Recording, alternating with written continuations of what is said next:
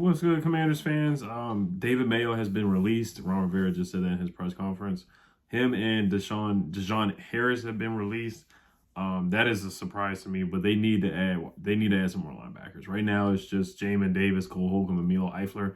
I know Kevin Pierre-Louis is a free agent. He was released by the Texans, former Washington football player. Also, Jon Bostic was released by the Saints too. So keep an eye out for those names, man. Those are Ron Rivera moves. Just thinking like Ron. That's a move. Those are moves that Ron would definitely make. Now, I know a lot of people are excited or will be hyped about David Mayo being released. He's a journeyman linebacker, played for Ron Rivera before. It does things that Ron really likes. But he's super slow. He's solid against the run, but slow as crap in coverage. He gave up a couple passes against the Chiefs. He's just really slow. He has cement feet, can barely move, and he's getting older too. So he's more of a special teams guy. So, will they bring him back? I doubt it. But I know everybody's going to be hyped that they released David Mayo. But, like I said, I would keep an eye out for those other linebackers, man. Roquan Smith, I don't see them trading for him. Gerard Davis is another guy who's a free agent out there too.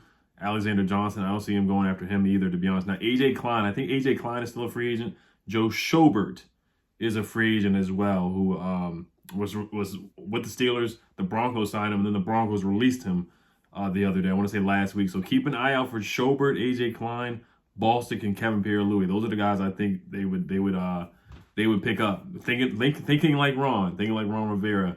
That through his eyes, that's who I think they would sign. But they don't have a lot of linebackers. They don't have a lot of depth with linebackers, and they still don't have depth at the cornerback position, even though they signed those two young guys, the two young corners, Wild Goose and the other guy from PG County who went to Penn State, Tyreek. They still don't have a lot of depth on the back end or at the linebacker spot, to be honest with you. So they still need to make some moves. Like I said, Ron's not done yet.